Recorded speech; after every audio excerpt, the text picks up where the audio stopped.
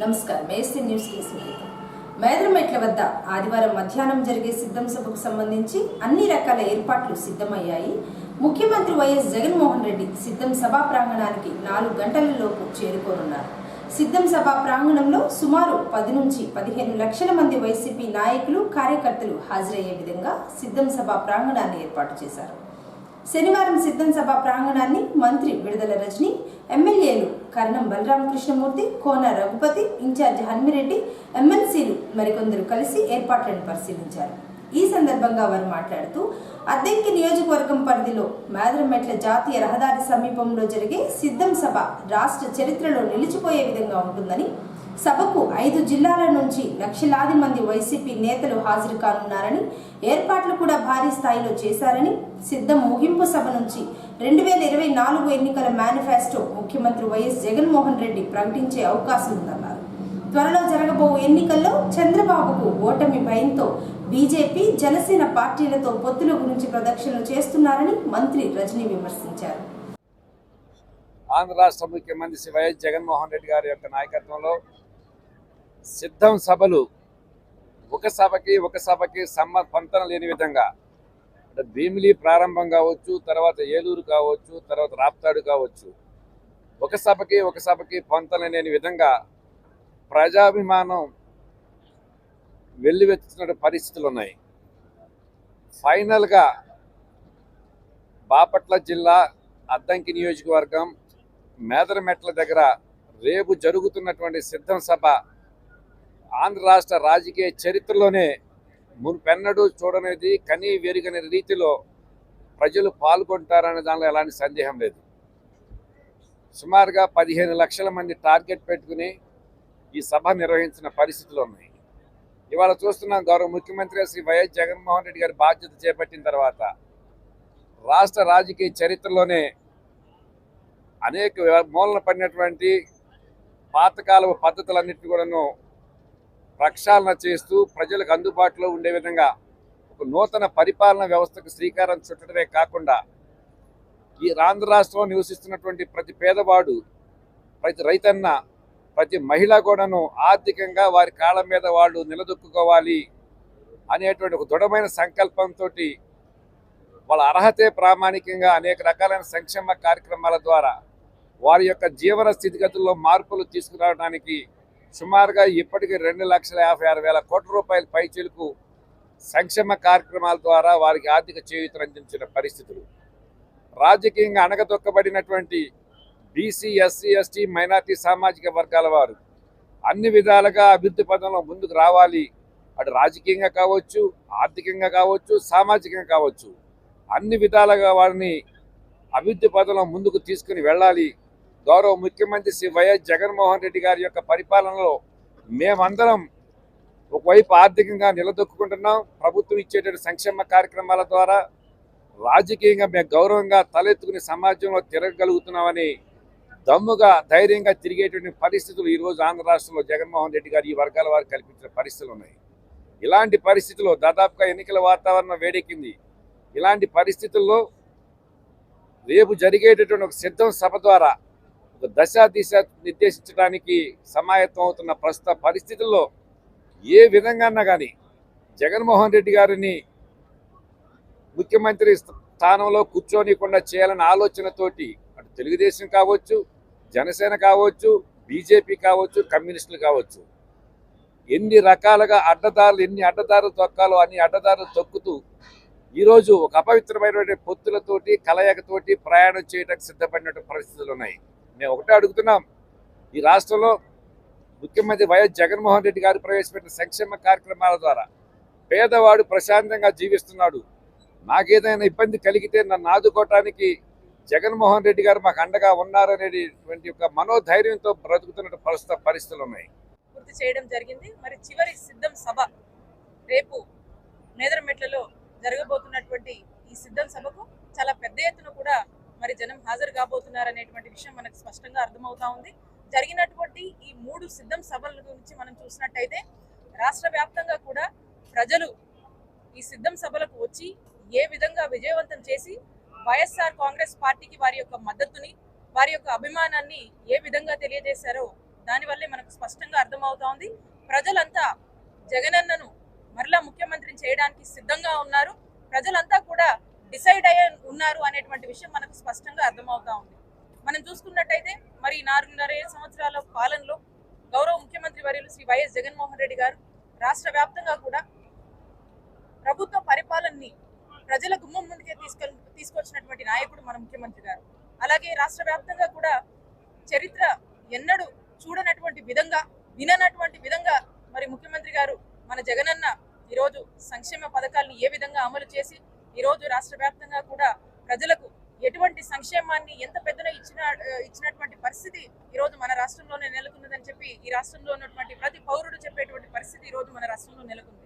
అలాగే అభివృద్ధి, మన రాష్ట్రం జగనన్న ముఖ్యమంత్రి అయినాక మరి 4.5 సంవత్సరాల కాలంలో ఎంత పెద్ద ఎత్తున అభివృద్ధి జరిగిందనేది మనమంతా కూడా చూస్తా ఉన్నాము. ఒకవైపున అభివృద్ధి, ఒకవైపున సంక్షేమం, ఒకవైపున పరిపాలన ఏ విధంగా కూడా మరి ప్రజలకు ఎంత మంచి సేవల్ని జగనన్న ప్రభుత్వం అందించింది అనేటువంటి విషయం ప్రజలందరికీ కూడా తెలిసిందే, ప్రతి ఒక్కరు కూడా చూస్తా ఉన్నారు.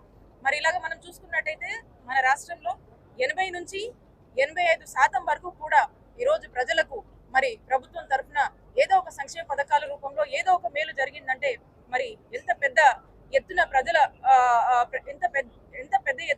ప్రజల మనసుల్లో ఈరోజు జగనన్న పాలన కావచ్చు, జగనన్న ప్రభుత్వం పట్ల కూడా ప్రజలకు ఏ విధమైనటువంటి గౌరవము, అభిమానము, అలాగే ఏ విధంగా ప్రజల మనసులో జగనన్నకు చోటు ఉందనేది మనకు స్పష్టంగా అర్థమవుతా ఉంది.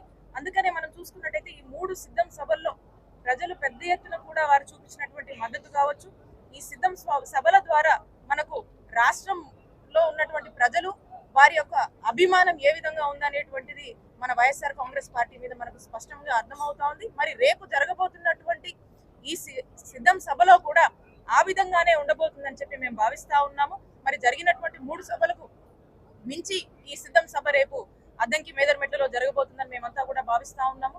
ఉమ్మడి గుంటూరు జిల్లా, ఉమ్మడి నెల్లూరు జిల్లా, అలాగే ఉమ్మడి ప్రకాశం జిల్లాకు సంబంధించి మరి అందరూ కూడా పెద్ద ఎత్తున వచ్చి ముఖ్యమంత్రి గారికి మద్దతు ఇచ్చి ముఖ్యమంత్రి గారికి ఆశీస్సులు ఇవ్వడానికి మరి తరలి వస్తా ఉన్నారు. బయట ఉందిగా రోడ్డు మీద.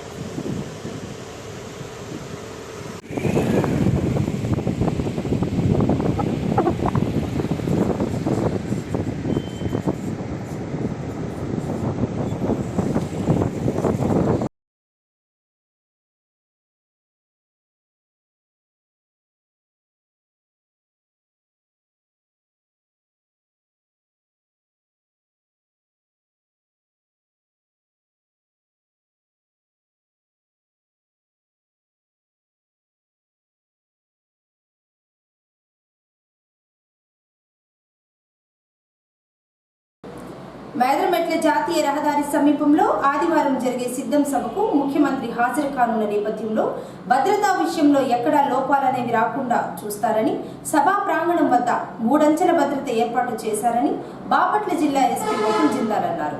సిద్ధం సభ ప్రాంగణాన్ని జిల్లా ఎస్పీ వకుల్ జిందాల్ వారి సిబ్బందితో కలిసి పరిశీలించారు.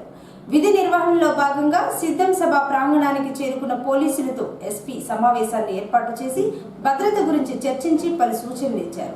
సభ ప్రారంభం నుంచి ముగింపు వరకు ఎక్కడా భద్రత లోపాలు అనేవి రాకుండా తీసుకోవాల్సిన చర్యల గురించి చర్చించారు. అనంతరం ఎస్పీ వకుల్ జిందాల్ మీడియాతో మాట్లాడుతూ ఆదివారం మధ్యాహ్నం జరిగే సిద్ధం సభకు సంబంధించి భారీ భద్రతను నియమిస్తున్నారని, సిద్ధం సభకు వచ్చే వాహనాలు పార్కింగ్ కోసం 28 ప్రదేశాలు కేటాయించారని, భద్రతా లోపాలు లేకుండా ఐజీ పాల్రాజ్ ఆధ్వర్యంలో పర్యవేక్షణ చేస్తున్నారని, ఆదివారం ఉదయం నుంచి సాయంత్రం దాకా ట్రాఫిక్ మళ్లింపు అనేది ఉంటుందని, సిద్ధం సభ ప్రాంగణం వైపు ఎటువంటి వాహనాలకు అనుమతులు అనేవి ఇవ్వడం లేదన్నారు. ఎల్లుండి రోజున సీఎం గారి సిద్ధం మీటింగ్ సందర్భంగా ఈరోజు అంతా సెక్యూరిటీ ఫోర్సెస్ ఇక్కడికి రిపోర్ట్ చేయడం జరిగింది. అరౌండ్ 4500 పోలీస్ పర్సనల్తో ఈ సిద్ధం పబ్లిక్ మీటింగ్కి అన్ని బందోబస్తు ఏర్పాట్లు చేయడం జరుగుతూ ఉంది. సో ఈరోజు అంతా ఫోర్స్ రావడం జరిగింది. అందరికీ వాళ్ళ డ్యూటీస్, వాళ్ళ పని అంతా ఎక్స్ప్లెయిన్ చేయడం జరిగింది, బ్రీఫ్ చేయడం జరిగింది. సో ఇదంతా బందోబస్తు గుంటూరు రేంజ్ ఐజీ గారు, బాలరాజు గారి ఆధ్వర్యంలో నడుస్తూ ఉంది. దీనికి కొంతమంది చుట్టుపక్కల జిల్లాల నుంచి ఎస్పీలు, అడిషనల్ ఎస్పీస్, డిఎస్పీస్ అంతా రావడం జరిగింది.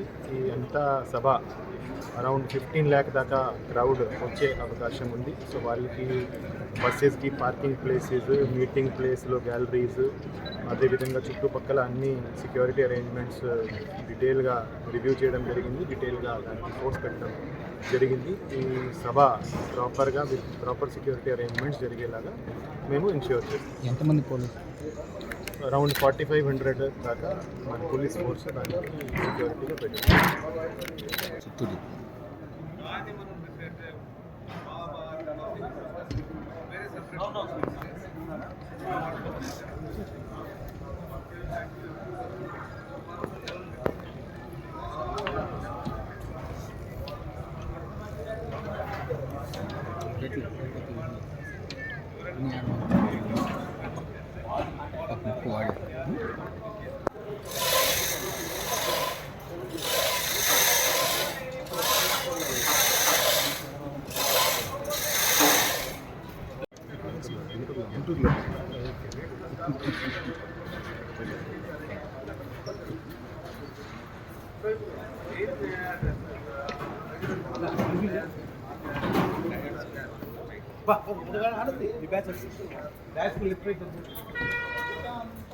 లైవ్ వచ్చాక అక్కడే పంపించారు.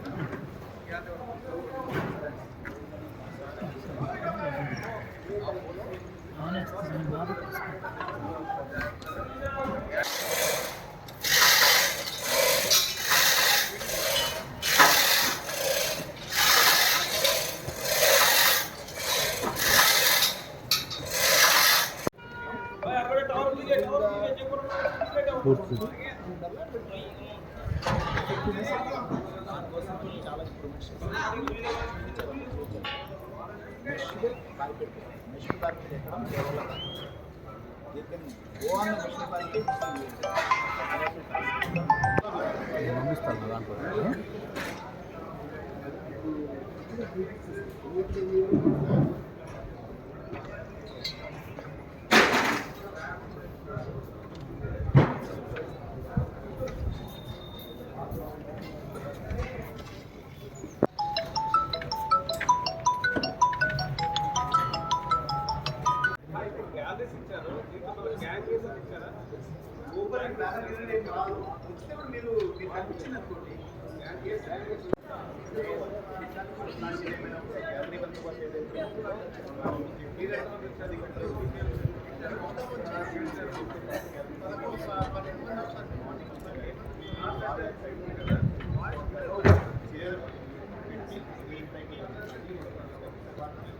వాళ్ళ దగ్గర ఏంటి పేపర్ కానీ బాటిల్స్ కానీ అబ్జర్వ్ చేస్తున్నారు, బందోబస్తులు ఉంటారు.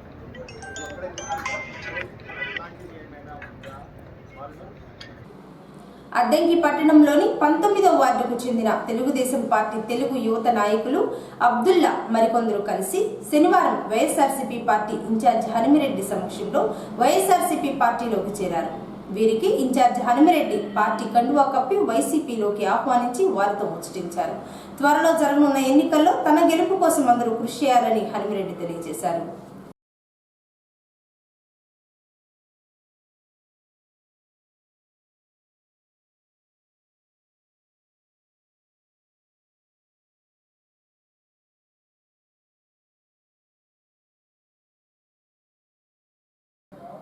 అద్దంకి పట్టణంలోని స్థానిక మారంవారి సేవా సదన్ భవనంలో ఆదివారం సాహితీ మిత్ర మండలి అద్దంకి వారి ఆధ్వర్యంలో ఐవి సుబ్బాయమ్మ ఆత్మీయ పురస్కార సభ జరుగుతుందని కార్యక్రమం నిర్వాహకులు పుట్టంరాజు శ్రీరామచంద్రమూర్తి తెలిపారు.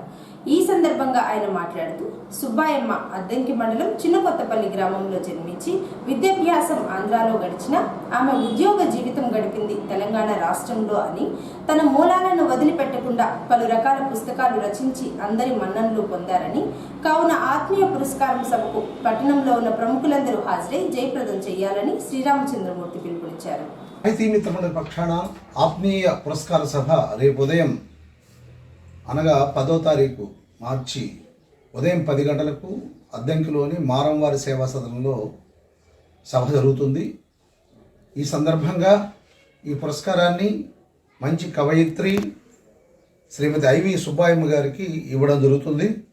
శ్రీమతి ఐవి సుబ్బాయమ్మ గారు అద్దంకి మండలంలోని చిన్నకొత్తపల్లి గ్రామానికి చెందినటువంటి కవయిత్రి. ఆమె ఉద్యోగరీత్యా తెలంగాణలో ఉంది. ప్రధాన తెలుగు ఉపాధ్యాయుని ఆమె యొక్క రచనలు మహిళా జాగృతి, కథాపర్వం, అక్షరాభిషేకం, పర్వచంద్రిక, పుణ్యభూమి, శ్రీమద్ రామాయణం, బాలకాండ మంచి పుస్తకాలను రాశారు. అందువల్ల వీరిని సాహితీ మిత్రమండలి పక్షాన సత్కరించాలనుకున్నాం. ఈ కార్యక్రమానికి అధ్యక్షులుగా లక్కరాజ్ చంద్రశేఖర్ గారు వ్యవహరిస్తున్నారు. ఈ పై పుస్తకాలని పెద్దలు వారణాసి రఘురామశర్మ గారు, గాడేపల్లి దివాకర్ దత్తు గారు, డిఎం సత్యనారాయణ గారు, పుట్టంరాజు శ్రీరామచంద్రమూర్తి గారు, లక్కరాజు శ్రీనివాసరావు గారు, ఇల్పావులూరి శేషకల్పసాయి గారు ఆ పుస్తకాలను పరిచయం చేస్తున్నారు. ఈ కార్యక్రమం రేపు ఉదయం 10 గంటలకి మారంవారి సేవాదత్సంలో జరుగుతుంది కాబట్టి అందరూ కూడా సాహిత్యాభిలాషులు అందరూ కూడా ఈ కార్యక్రమానికి విచ్చేసి విజయవంతం చేయవలసిందిగా కోరుతున్నాం. సభ కరెక్ట్గా 10 గంటలకు ప్రారంభమై 12:15కి పూర్తవుతుంది. ఎస్సీ, ఎస్టీ, బీసీ మైనారిటీల హక్కుల సాధన కోసం బహుజన్ సమాజ్ పార్టీ అనేది స్థాపించారని, రాజకీయాలలో అగ్రరాజ్యాల వారే పాలన చేస్తున్నారే కానీ దళితులకు అవకాశం అనేది కల్పించడం లేదని బహుజన్ సమాజ్ పార్టీ అద్దంకి నియోజకవర్గం అభ్యర్థి మందా జోసెఫ్ తెలిపారు. ఈ సందర్భంగా ఆయన మాట్లాడుతూ బీఎస్పీ అధికారంలోనికి వస్తేనే బహుజనుల అభివృద్ధి అని, అద్దంకి నియోజకవర్గంలో ఎస్సీ, ఎస్టీ, బీసీ మైనారిటీల సమస్యలు ఎక్కడంటే అక్కడ నిలిచిపోయి ఉన్నాయని, పాలన మారినా అధికారులు మారినా బహుజనులు వెనుకబడి ఉన్నారని, అద్దంకి నియోజకవర్గంలో మొత్తం 2,41,081 మంది ఓటర్లు ఉండగా అందులో ఎస్సీ, ఎస్టీ, బీసీ మైనారిటీలే అత్యధికంగా ఉన్నారని, వీరందరూ బీఎస్పీ పార్టీని ఆదరించి తన గెలుపు కోసం కృషి చేయాలని తెలిపారు. అద్దంకి నియోజకవర్గం నుంచి ఓట్లు 2,41,081 ఓటు ఉంది. అది ఈ నియోజకవర్గంలో ఎస్సీల ఓట్లు అత్యధికంగా ఉన్నాయి. ఈరోజు ఈ ఎస్సీల కోసం, హక్కుల కోసం స్థాపింపబడింది బహుజన్ సమాజ్ పార్టీ. ఎస్టీలు, బీసీలు అంటే షెడ్యూల్ క్యాస్ట్, షెడ్యూల్ కులాలు, షెడ్యూల్ తెగలు, మత మైనార్టీ, క్రైస్తవుల కోసం, వీళ్ళ హక్కుల కోసం స్థాపింపబడింది. ఎందుకంటే గత కొన్ని వేల సంవత్సరాల నుంచి ఈ వర్గాలకు హక్కులు లేకుండా కొంతమంది చేతులను పెట్టుకొని ఇండియా పరిపాలిస్తూ ఉన్నారు. స్వతంత్రం వచ్చి 75 సంవత్సరాలు ఇప్పటికి. స్వతంత్రం రాకముందు వీళ్ళని అనగదొక్కారు. అంటరాని వారిగా, అస్పృశ్యులుగా, చదువు లేకుండా, భూమి మీద హక్కు లేకుండా, ఎక్కడ కూడా ఏమీ లేకుండా. దీన్ని గమనించిన డాక్టర్ బిఆర్ అంబేద్కరు, అంతకుముందుకెళ్తే జ్యోతిరావు పూలే, వీళ్ళకి హక్కులు కావాలి, ముఖ్యంగా వీళ్ళకి ఓటు హక్కు కావాలని చెప్పేసి బాబాసాహెబ్ అంబేద్కరు ఆర్టికల్ 326ని ఓటుకు అందరికి కల్పించారు. తాత్కాలికంగా ప్రయోజనం కోసం డబ్బు తీసుకొని వాళ్ళు పెట్టే ప్రలోభాలకు లొంగి ఓటు వేస్తూ ఉన్నారు. అట్టకాకుండా వాళ్ళు డబ్బులు ఇవ్వకమనండి, మా చేలలోకి రావద్దు, మా దానికి రావద్దు, దీనికి రావద్దు, మేము విద్యాస్తామని బెదిరిస్తూ మాయ మాటలు చెప్తూ ఇబ్బందులు పెడుతూ రకరకాలుగా చేస్తూ జిమ్మిక్కులు చేస్తూ ఓట్లు వేయించుకుంటున్నారు. పారదర్శకంగా ఖచ్చితంగా న్యాయబద్ధంగా డబ్బులు ఇవ్వకుండా మీరు ఓట్లు అడగండి, వేయించుకోండి. గెలుపు 100% బహుజన సమాజ్ పార్టీకి ఉంటుందని చెప్పేసి నేను మనవి చేస్తూ అద్దంకి వాటర్ మాస్టర్లకు అందరికి కూడా మరోసారి విజ్ఞప్తి చేస్తా ఉన్నాను. మీరు ఏను గుర్తుకి ఓటేయండి, నన్ను గెలిపించండి, బహుజన సమాజ్ పార్టీని మీరు ఆదరిస్తారని చెప్పేసి అందరికి కూడా నా హృదయపూర్వకంగా ధన్యవాదాలు, జై భీమ్ తెలియజేసుకుంటూ సెలవు తీసుకుంటున్నాను. ఏసీ న్యూస్ ఇంతటితో సమాప్తం. నమస్కారం.